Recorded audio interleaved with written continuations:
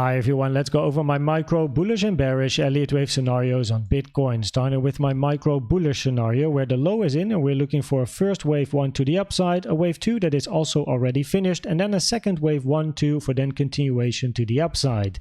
This second wave 1 is then a leading diagonal because this first move to the upside over here is a three-wave structure in a zigzag, an ABC. And because this is not an impulsive move to the upside, we can't count this as a wave 1, this as a wave 2 for then further continuation in a wave 3. We have to think about a leading diagonal, and in a leading diagonal in this scenario all of the waves have to be a zigzag structure because wave 1 is a zigzag, wave 3 and 5 also have to be a zigzag. If wave 1 was an impulse, then in a leading diagonal you can also have a 5 3 5 3 5 where only wave 2 and 4 have to be zigzags in general, but wave 1 3 and 5 can then also be impulsive structures, but now they all have to be a zigzag move. If we look at this wave 2 over here, then the most common target for a wave 2 is the golden pocket to the 786 taken from the low to the high of wave 1. As you can see, the 0.5 has been reached, which is a rare target for a wave 2, and therefore my invalidation at the moment is also below this wave 2 over here, because if we look at this being a zigzag, then we can count this as a three-wave structure, a zigzag of 5 3 5, but this little bump that we have over here does not make sense for then still being part of a zigzag in a wave 2, because you can count this as an ABC. But this move takes too long for this structure over here to be part of this move to the downside. You can't really count this as a 1, 2, 3, 4 and then a wave 5. So my invalidation is below the low over here, that if price moves down, goes below the low of 2, then for me this scenario is invalidated. If we look towards the upside for then the targets of a potential wave 3, we also get into some problems basically, because the targets for wave 3 are measured, taken with the trend-based fib extension from the low to the high of 1 to the low of wave 2. And you can see the most common target area for wave 3 is between the 786 and the 886, which is between 30.5k and 30.8k. A rare target being the 0.618, which is sitting at 30.3k.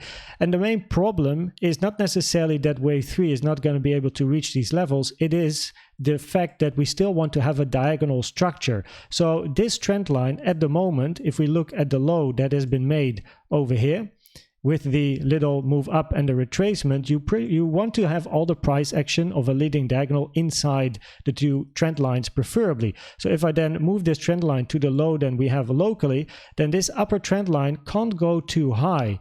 A great trick is to actually use channels. So if you pull a channel from the low of 2 to the low that we have over here with this little move, and I then put it on top of wave 1, then the upper trend line of the channel over here is the invalidation for a wave 3 in a contracting diagonal. Because if price would move now from the lows here to the upside and reaches the upper trend line, it's not a diagonal anymore, it's a channel, which then invalidates of course a diagonal.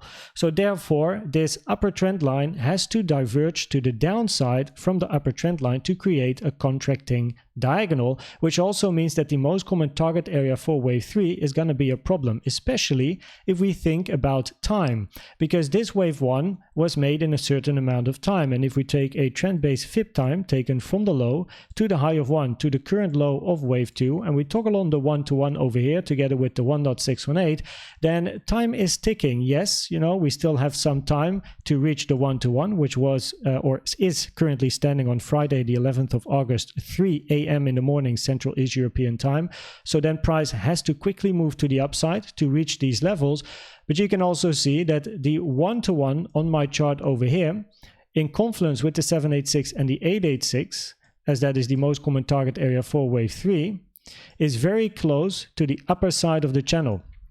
If price wants to reach the common target area for a wave 3 over here, 786 and the 886, around the 1-to-1, we're going to be hitting the upper side of the channel, which is an invalidation. So basically this wave 3 has to take a little bit longer, and then in order for price to get to the common target area for wave 3, basically this over here is going to be your structure for like your target area for a wave 3 if you still want the common target area to be hit. So it doesn't leave a lot of room for this scenario to be valid. It also means, of course, we want to see a quick move to the upside, where the 1.618, you can see it as a bit of a maximum target Friday the 11th at 9 p.m. Central East European time. So there's a lot of, like, of course, thought going into this leading diagonal. There's many things to think about, including time for this wave 3 and the target of wave 3. So basically, price really needs to start making moves to the upside, else this scenario is going to be invalidated time-wise,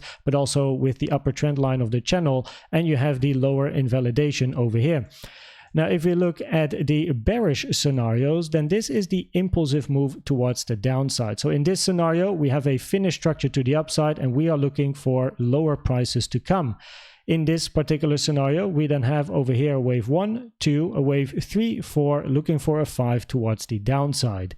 In this scenario, wave 4 was on top of the 0.382, which is a common target for a wave 4, pulled from the high of this wave 2 to the low of this wave 3.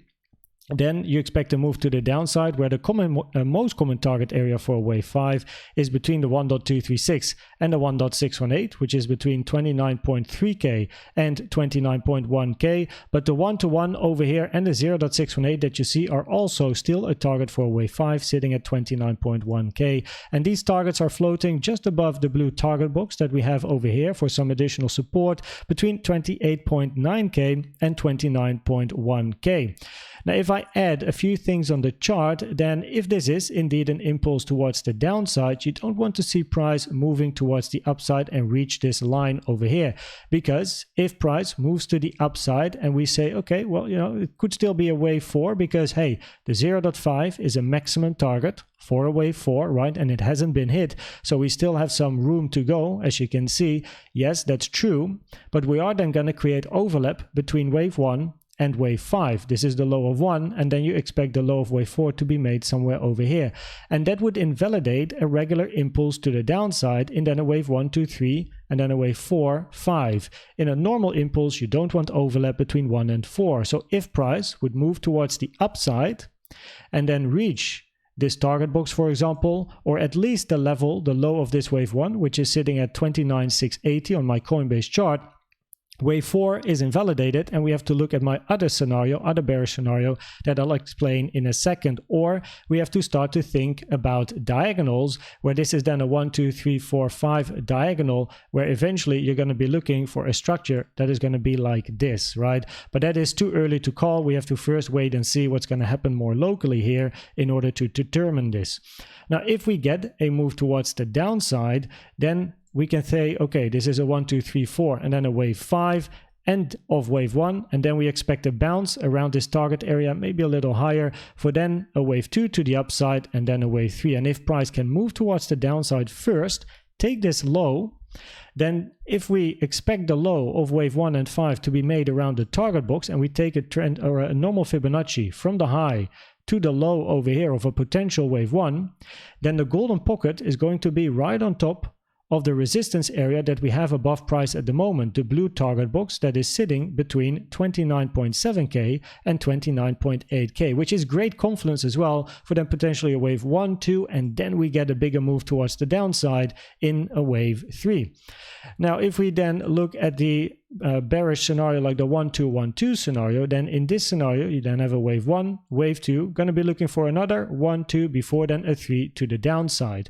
Now, as you can see, preferably for this wave 2 we're going to find higher prices, because if you currently pull a trend line from the high of the green 2 to the high over here, which then currently resembles the high of this 2, then you can see instead of price moving strongly to the downside, it started to move horizontally, which isn't that nice in a double 1-2, right? You want to see the price action being contained in between the trend lines. So preferably price then makes a new high for a new wave 2 to be made somewhere over here, but then again it can't go too high because we want to have a contracting diagonal in a double 1-2 being a wave 1, 2, 1, 2, and then a move down, creating a bit of a contracting diagonal to the downside. So if we then pull a channel from the low of 1 to the low of the green one to the low of the blue one, and we put it on top of the green 2, then now you see the maximum target for a potential diagonal to the downside, which is the upper trend line. So you can put this channel on your chart. If price is touching this trend line over here, well, then basically we might be looking for a bit more upside. Reason being that a normal impulse to the downside is invalidated because we have overlap between 1 and the potential wave 4. But also in a diagonal, we reached the upper trend line, which then also invalidates a potential 1-2-1-2 scenario. So this is a very important channel at the moment, and in this scenario we are then looking for a strong move towards the downside, because after a 1-2-1-2 you want to see big volume coming to the downside for a bigger wave 3. Now it has to be said that in the low time frame scenario, if price moves towards the upside over here right now without taking the low first, we still have the wave C target area up here, right? You can check my previous video to get a full detail on this count, but we still have a potential wave C target area where then the diagonal that I explained in the bullish scenario over here can also be the end of a wave C. A wave C is a 5-wave structure, and then this can be a wave 1, 2, 3, 4, 5 to end around the triple top for then a move to the downside. It's very early to call, but I'm just planting the seeds so that at least you know what different things to look for if price is going to move towards the upside. If we have a look at the CVD divergences, then we do have both bullish and bearish CVD divergences. So we have these bearish CVD divergences over here where the target is this low. Those can be trustworthy in a strong trend. At the moment, price has been ranging for a while, so I like to at least keep my eye on the more local price action. And we do see bullish CVD forming. Higher low on price, lower low on the CVD for a bit of a push to the upside, but then price retraced. Bit of a bounce, creating local bearish CVD divergences. Not what you want to see, right? Price moved to the downside, bearish CVD divergences played out. Then again, we had bullish CVD divergences with this red candle here. Price moving to the upside, but now creating bearish CVD divergences with these highs over here. Lower high on price, higher high on the CVD. So that is not nice. Every bounce that we get is countered by bearish CVD divergence. So for more upside, you really want to see these highs being taken, and then one can imagine we might move to the upside, or you're going to get bearish CVDs with this high over here for then a lower high but a higher high on the CVD. Now it sounds very complex maybe on my trading view chart, so let's get to my CVD chart over here where you can see first of all lower high on price here, and then on my cursor you can see a higher high on the yellow line at the moment. So lower high on price, higher high on the CVD on yellow, a bearish CVD divergence, which is this red line. Then more locally we have bullish CVD divergence. First we had it with this drop over here. Higher low on price, but a lower low, and keep an eye on my cursor here because this green candle is the low. As you can see, it's not the same as the low on CVD. You need to use this pivot over here on the blue line, and then if we look to the right side, you can see that the blue line has moved below. So higher low price, lower low CVD, that's bullish, which was then countered on the same line, which is important, lower high on price, higher high on the blue line. So first we have a bullish CVD divergence on blue turned into a bearish one, which is important. It's not what you want to see, right? On the same line. First the line shows bullish, then bearish, no confidence. Price moving down, again creating bullish CVD divergence with the low of the blue line over here. But as you can see right now, price moving to the upside, creating more bearish CVD divergences on the same blue line. Over here, lower highs on price, higher high on the CVD on blue, which is not what you want to see. The bearish CVD divergences are only validated if price is going to take these highs over here. Now we also have news coming up, so make sure you trade safe at 2:30 p.m. Central East European time, as it might kick in some great volatility. And then finally, if we look at the probabilities of the different scenarios, I know I didn't go over the medium time frame and the low time frame scenarios, but on the medium time frame currently, I do at least want to show it. The bearish scenario is the higher probability scenario, where we are looking for eventually a move to the downside for a wave C, for lower prices to come. On the low time frame, currently the bearish scenario has more probability based on what we are seeing more locally, and also only if price moves up we can think about a wave C. But as it stands on the micro, price did not invalidate an impulse to the downside just yet. So as long as that is not invalidated, probabilities are to the downside, and this could be the high over here, and then a WXY for now a C to lower prices, where over here we had a target box as well as confluence, we had bearish CVD divergences and the target area for a wave Y for then potentially a move to the downside. And on the micro, well, as I went over the micro in this particular video, as long as price is not having overlap with wave 1 and we have the bearish CVD divergences, currently the higher probability Elliott Wave scenario is the bearish, where's my there it is the bearish moves towards the downside. So on the micro, currently the bearish scenarios have a higher probability of playing out, mainly because there's no sign at the moment that we can be looking for higher prices. Only if price is going to move towards this target area over here and has overlap with wave 1 before price takes this low, can we think about, hey, we might have potentially higher prices. Then we have to observe the reaction that we get at this target box over here. If price moves up now, we first wait and see what price is going to do over here, because we still have a potential 1-2-1-2. Keep an eye on the trend line.